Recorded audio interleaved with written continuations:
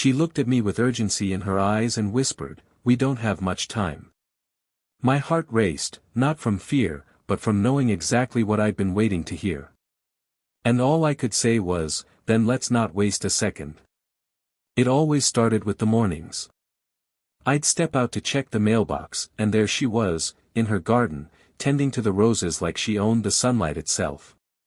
Even from a distance, there was a quiet elegance about her, the way her fingers traced the petals with care, the soft crease of concentration in her brow, the subtle sway of her hair catching the morning light.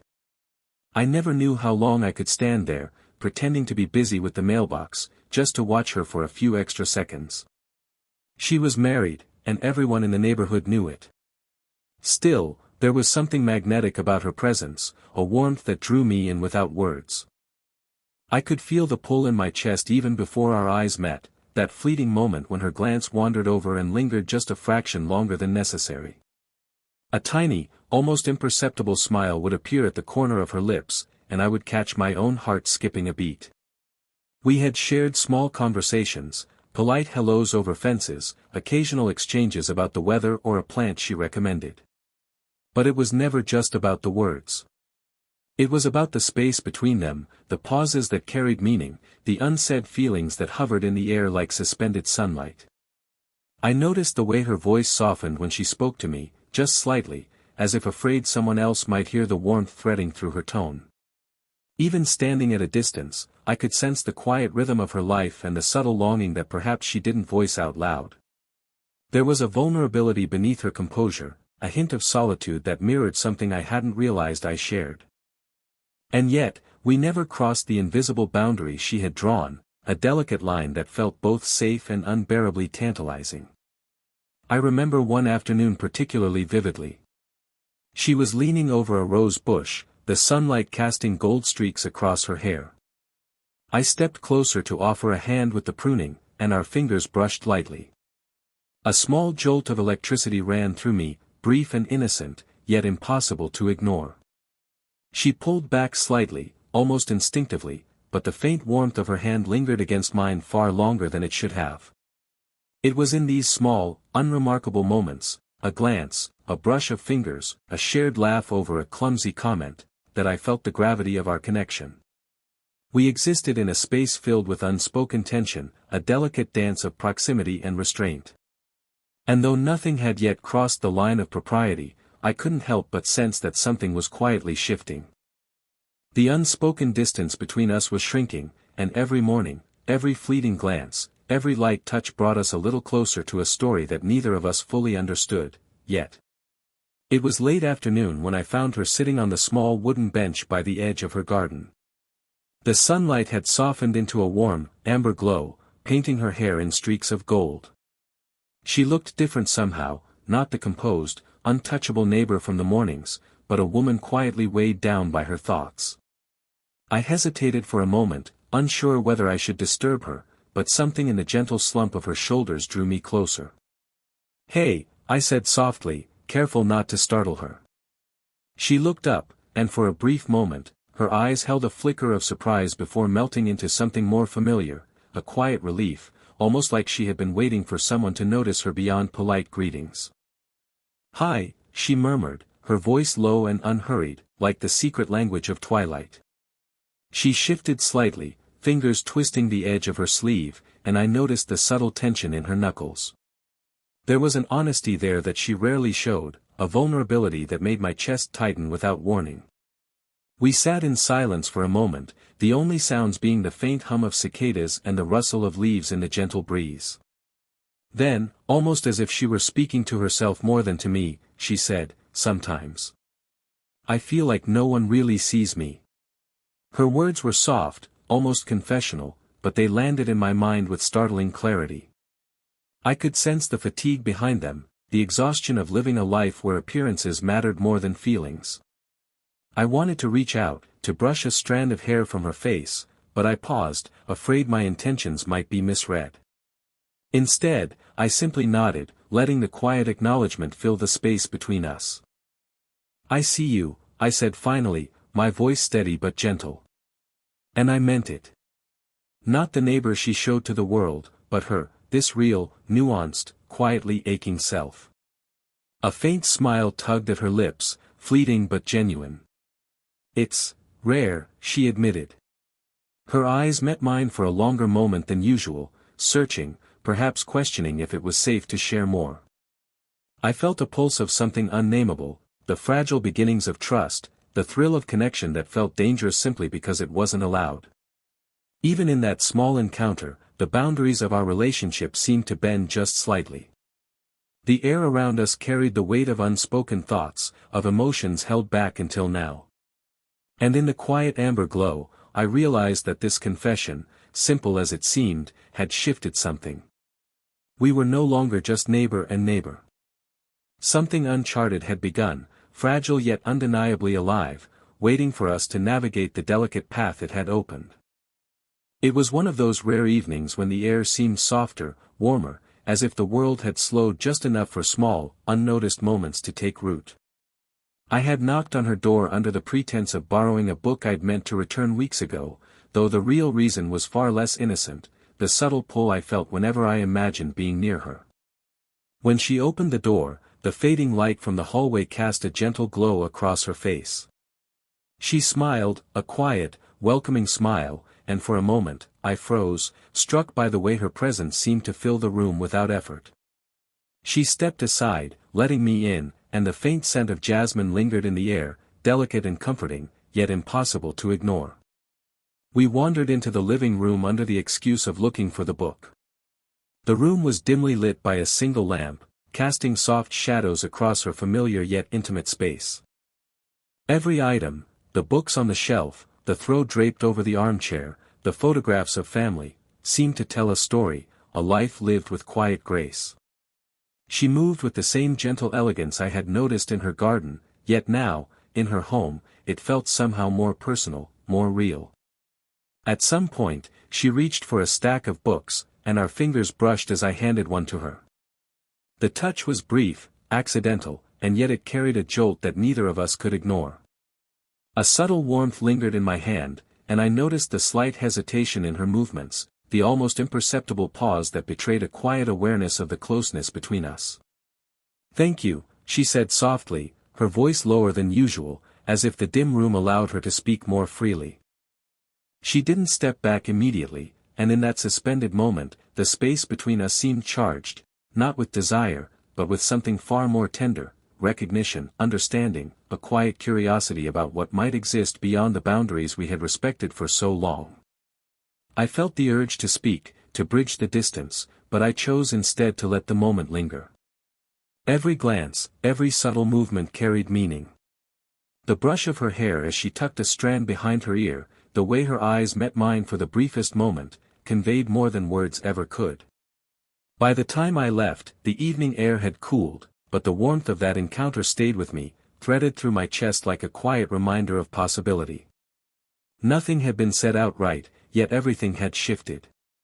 That small, seemingly ordinary evening had begun to dissolve the boundaries of our relationship, opening the door to something delicate, dangerous, and utterly irresistible. It was late evening when I found myself lingering near her doorway again. The sun had disappeared behind the horizon, leaving only the soft glow of streetlights and the warm amber of her living room spilling through the windows. The world outside seemed distant, irrelevant, as if this moment existed in its own fragile bubble. She was standing by the kitchen counter, idly stirring a cup of tea. The simple act, the way her fingers wrapped around the warm mug, the delicate tilt of her wrist, seemed to draw me closer even before our eyes met. When she glanced up, there was a tension in her gaze I hadn't noticed before. It was urgent, barely restrained, and it pulled me in like a silent tide. We don't have much time," she said, her voice soft but trembling, as if speaking the words aloud made them dangerously real. The room felt smaller suddenly, the air charged with something we had never allowed ourselves to name. Her hands tightened slightly around the mug, knuckles paling, and I could see the conflict flicker across her face, desire tempered by caution, longing tempered by circumstance. I took a cautious step closer, the subtle shift of my weight across the wooden floor loud in the quiet room. The space between us felt impossibly thin yet impossibly weighted. I noticed the warmth radiating from her, the gentle scent of her perfume lingering faintly in the air, and the slight catch in her breath as if my presence alone was a risk she couldn't resist. For a long moment, neither of us spoke. It was in that pause, in the steady, unhurried rhythm of her breathing and the way her eyes searched mine, that the tension became almost unbearable. My chest felt tight, my pulse quickened, but there was also a quiet steadiness beneath it, the certainty that whatever happened next would be significant. She stepped closer, closing the gap without touching me, yet somehow making the distance between us feel both intimate and electrifying. Her gaze held mine, vulnerable and commanding all at once. I've been careful, she whispered, but, her words trailed off, leaving the unspoken to hang heavy in the air. I understood immediately, the uncharted line we had danced around for weeks was no longer just an idea. It was here, now, demanding acknowledgement. I reached out tentatively, brushing a fingertip along her arm, careful, deliberate. The contact was fleeting, but it sent a pulse of warmth up my spine. The room, the night, the world outside, everything faded, leaving just the two of us suspended in this delicate, dangerous closeness. In that moment, I realized that the quiet tension we had nurtured for so long had finally become something tangible, something we could no longer ignore. And yet, for all the risk, for all the forbidden thrill, there was a profound tenderness in it, a whispered understanding that whatever happened next, we would meet it together, cautiously, urgently, and fully aware of the fragile nature of our stolen time. The moment she whispered those words, "We don't have much time," everything in the room seemed to sharpen. The soft lamplight, the faint hum of the refrigerator, even the distant sounds of the neighborhood fell away, leaving just the two of us suspended in a fragile bubble of anticipation. Her eyes searched mine, vulnerable and raw, and in them, I saw the unspoken plea for understanding, for acknowledgement, for the courage to step forward. I felt my chest tighten, my thoughts racing, but my voice came out steady, soft, and certain. "Then, let's not waste a second." Saying it aloud felt like both surrender and promise. It was a declaration not of recklessness, but of intention, a recognition that this fragile, fleeting window mattered more than hesitation or fear. She looked at me then, and for a moment, everything shifted. The subtle tension that had been simmering between us over weeks, over glances and accidental touches, crystallized into something tangible. Her lips parted slightly, as if she had expected me to say those words, yet the weight of them still seemed to take her breath away. Her hand hovered near mine, fingers trembling, uncertain, and I reached out carefully, letting my palm brush against hers. The contact was electric in its gentleness. Warmth radiated through that small touch, and the quiet pulse of connection was stronger than anything I had anticipated. I felt her hand relax slightly against mine, and the subtle sigh she released carried relief, hesitation, and a quiet joy all at once. There was no rush, no need to fill the space with words. Everything, the longing, the fear, the forbidden thrill, was communicated through the steady rhythm of our breathing and the weight of our gaze. We moved closer, almost instinctively, drawn together by the gravity of unspoken emotions finally given voice. Her hair brushed my arm, soft and fragrant, and I found myself memorizing the gentle slope of her shoulder, the way the lamplight traced the lines of her face. The moment was intimate, yet entirely safe, a tender affirmation of connection rather than indulgence. For a long while, we simply stood there, hands barely touching, letting the silence hold us together. Each heartbeat seemed synchronized, each breath a quiet acknowledgement of the urgency she had spoken of, and the trust she had placed in me. In that pause, in that quiet, deliberate closeness, I realized that the words had done more than bridge the gap between us. They had opened the door to something far deeper, something neither of us could ignore. It was not a reckless leap. It was a conscious choice to honor the moment, to recognize the fragility of time, and to allow ourselves the chance to be fully present with each other. And in that realization, a warmth spread through my chest, quiet, steady, and profoundly alive, as if the world outside no longer mattered, and all that existed was her, me, and the seconds we had chosen to claim together.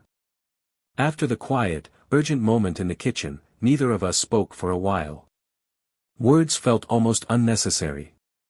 The air between us was dense with unspoken emotions, relief, anticipation, and a tenderness that had been building for weeks, now pressing gently against the boundaries we had respected for so long. She shifted slightly, her shoulder brushing mine, and the contact sent a ripple through me. It was brief, accidental, but in that fleeting touch, the tension we had carried for so long began to unravel. Slowly, as if guided by an invisible understanding, I stepped closer. My hands hovered near her, unsure at first, then settled gently on her upper arms. She didn't pull away. Instead, she leaned in, her forehead resting lightly against my chest. The warmth of her presence was immediate and grounding. I could feel the subtle rise and fall of her breathing against me, a rhythm that mirrored my own heartbeat. Her hair brushed my chest, soft and fragrant, and the faint scent of lavender lingered, soothing and intoxicating all at once. The moment was intimate, yet it was safe, not about desire, but about connection. It was the language of trust and quiet understanding. I wrapped my arms around her, careful not to rush, allowing the embrace to unfold naturally. She rested her head against me, and I felt the gentle weight of her body, the subtle pressure of her hands as they clutched my shirt lightly. There was no urgency in the movement, only a profound relief, a mutual acknowledgement that we had crossed an invisible line of emotional honesty, and that the bond we shared was no longer something fleeting or abstract. Her soft sigh against my chest carried layers of emotion, vulnerability, comfort, and something deeper that neither of us had dared to name until now. I held her closer, feeling the quiet steadiness of her heartbeat, and realized how much I had longed for this simple, human closeness. It was a moment that existed outside of time, a pause where everything else, the world, our fears, our responsibilities, faded into nothingness. We lingered there, entwined in silence, letting the warmth of our embrace speak louder than words ever could. My thumb traced gentle circles on the back of her shoulder, and she shivered slightly, not from cold, but from the intensity of connection. In that quiet, steady intimacy, I understood that this was not just a fleeting thrill, it was the beginning of something far deeper, a bond forged in trust, tenderness, and the courage to feel fully despite the complexities around us. And as we finally pulled back slightly, our eyes met. There was no need for explanation, no need for promises just yet. The embrace itself had said everything, that we were here, together, and that the moments we shared, however fleeting, mattered more than anything else. By the time night had fully settled outside, the world felt quieter, slower, as though it too had been holding its breath for us.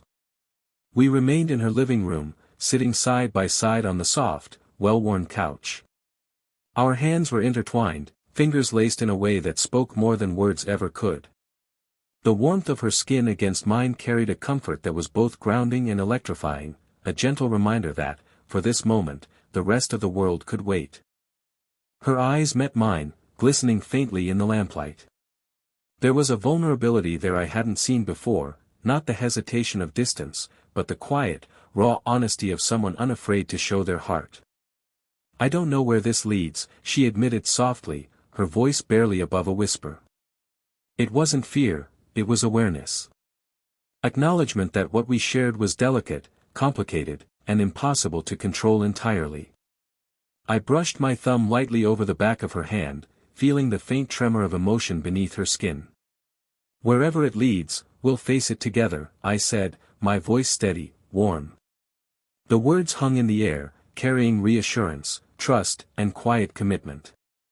She leaned into me slightly, just enough to rest her shoulder against mine, and I felt the steady rise and fall of her breath.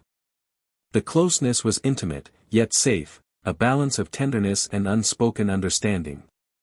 The night outside was soft, wrapped in shadows and the distant hum of the neighborhood.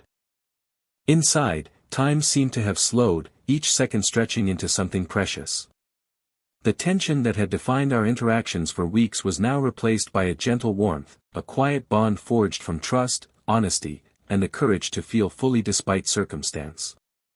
We didn't need grand gestures or declarations. The quiet presence of each other, the shared warmth of hands and shoulders, and the lingering glances filled the room with a profound intimacy. Every small movement, her hand brushing mine, the tilt of her head, the faint smile playing on her lips, communicated care, understanding, and a mutual acknowledgement of what had shifted between us. As we sat together, I realized that love, in its quietest form, doesn't always need dramatic declarations or sweeping moments.